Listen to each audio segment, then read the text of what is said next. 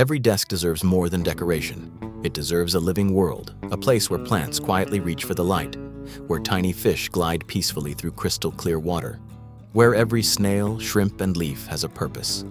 A world that changes a little every single day. You don't just watch it, you grow with it. So today, let's build another tiny world together.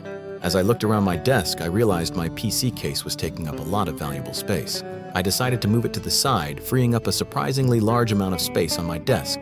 All right, time for a little cleanup. There we go.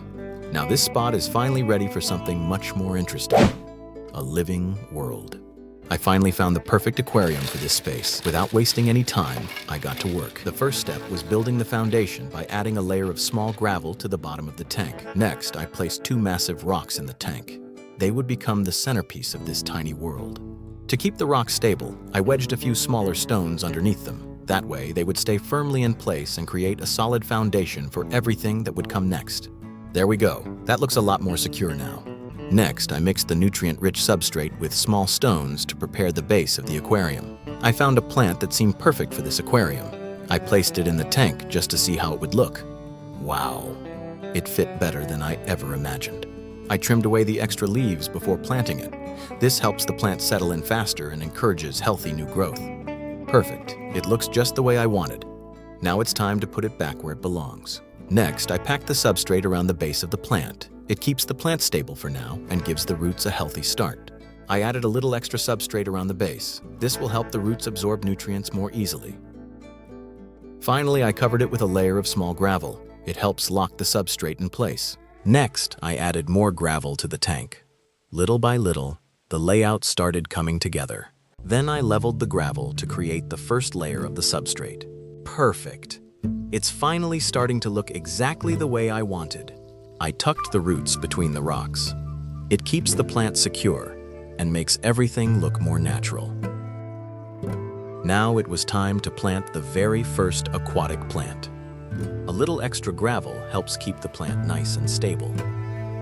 Next, I spread a thin layer of nutrient-rich substrate over the rocks. Then I placed pieces of moss that I had collected from the garden behind my office. It instantly made the whole layout feel more alive. Next, I arranged the small stones into a gentle, winding path. Then I covered it with fine sand.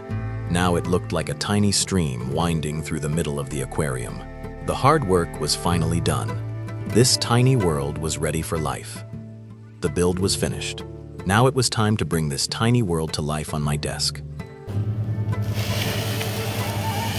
Perfect. Exactly what I had in mind. Now comes one of my favorite parts, adding the water. A little while later, the aquarium was finally full. Now it was ready for the next step. Once the water had cleared, it was finally time to add the first floating plants. I noticed tiny new shoots growing from the stem, a good sign that the plant was settling in nicely. That gave me a bold idea. I decided to trim part of the stem to encourage the new shoots to grow stronger and develop into healthy new branches. About 15 days later, the results were finally here. The tiny shoots had grown into beautiful new branches, glowing with a vibrant red color. I'd say the experiment was a success, and the floating plants were growing at an incredible pace. The water was finally crystal clear. Everything was ready. It was time to welcome the first fish into this tiny world. After finding the right fish, it was finally time to welcome them into this tiny world. The fish were slowly settling into their new home, searching through the substrate for anything they could eat. Meanwhile, a few tiny battles were breaking out. Maybe they were fighting over food, or perhaps they were already claiming their own little territories. These two, on the other hand, just wouldn't back down. I watched them for quite a while, and neither of them showed any sign of giving up.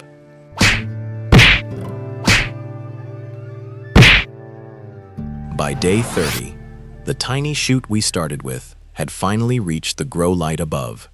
It had grown far beyond my expectations. By now, the fish seemed to have settled in. The little battles had come to an end, and the aquarium felt much more peaceful. Meanwhile, the two snails were still hard at work. cleaning the glass one tiny bite at a time. While looking into one corner of the aquarium, I noticed tiny microorganisms drifting through the water. Then, wow! There was a tiny baby fish. It must have been born here, and somehow I hadn't noticed it until now. Seeing the next generation appear made this little world feel more alive than ever. Just moments later, I spotted two more tiny fry chasing each other through the plants. How amazing! It made me wonder how many more were hiding in this little world, waiting to be discovered. I noticed that every now and then, a few fish would leave the school and disappear into the floating plants for quite a while before swimming away. Maybe they were protecting their eggs, or perhaps they simply felt safest hiding there. Either way, the floating plants had become more than just decoration. They had become a shelter. The glass always stays crystal clear, thanks to these two little snails that never seemed to stop working. The baby fish were no longer alone. They had formed their own little school. Watching the tiny fry swim together made this little world feel even more alive. For now, they mostly stayed near the corners of the aquarium or hid beneath the roots of the floating plants. I hadn't seen them venture into the open just yet. Maybe they just felt safer there. Maybe they were still a little nervous around the bigger fish. They looked just like a bunch of mischievous kids, never staying still for even a second. After watching for quite some time, I started to think this might be the mother of the baby fish. She spent most of her time around the roots of the floating plants, where I often spotted clusters of eggs. Of course, I can't be certain, but it certainly seemed that way. By now, the floating plants had completely covered the surface of the water. The tiny shoot we started with had finally grown into a healthy young plant. Its leaves had turned a beautiful shade of green, just as I had hoped. I left a small opening in the floating plants so I could watch the fish from above. You might be surprised by how many fish there are now. Honestly, I've lost count. It's hard to believe that this aquarium started with just a handful of tiny fish. Now, it's filled with life beyond anything I ever expected.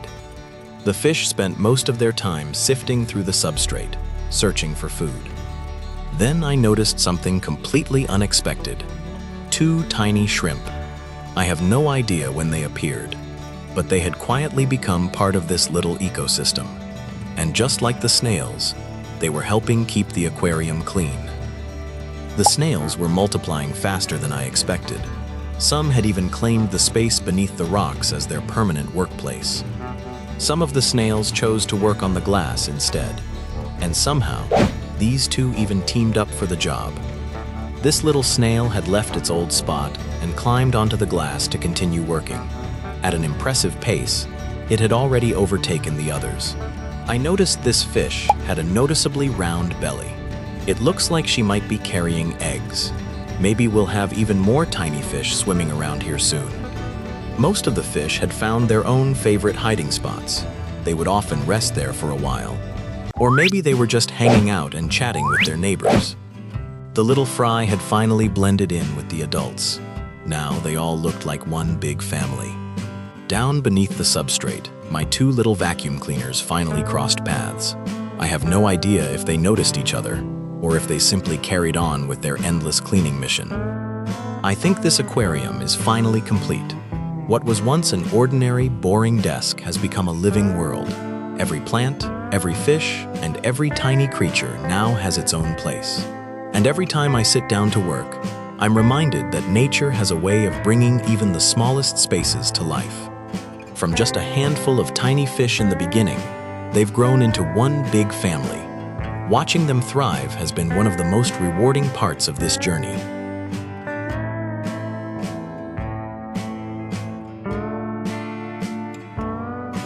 And, of course, the tireless little snails.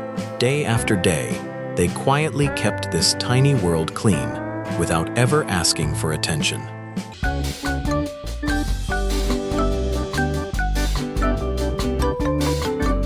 And, of course, the unexpected little shrimp. I still have no idea when it arrived.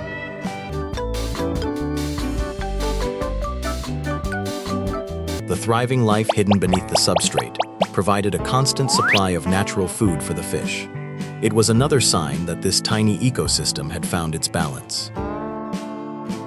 Some of them burrow even deeper into the substrate, making themselves much harder to find, because any that fail to do so could end up becoming a meal for these tiny but relentless predators.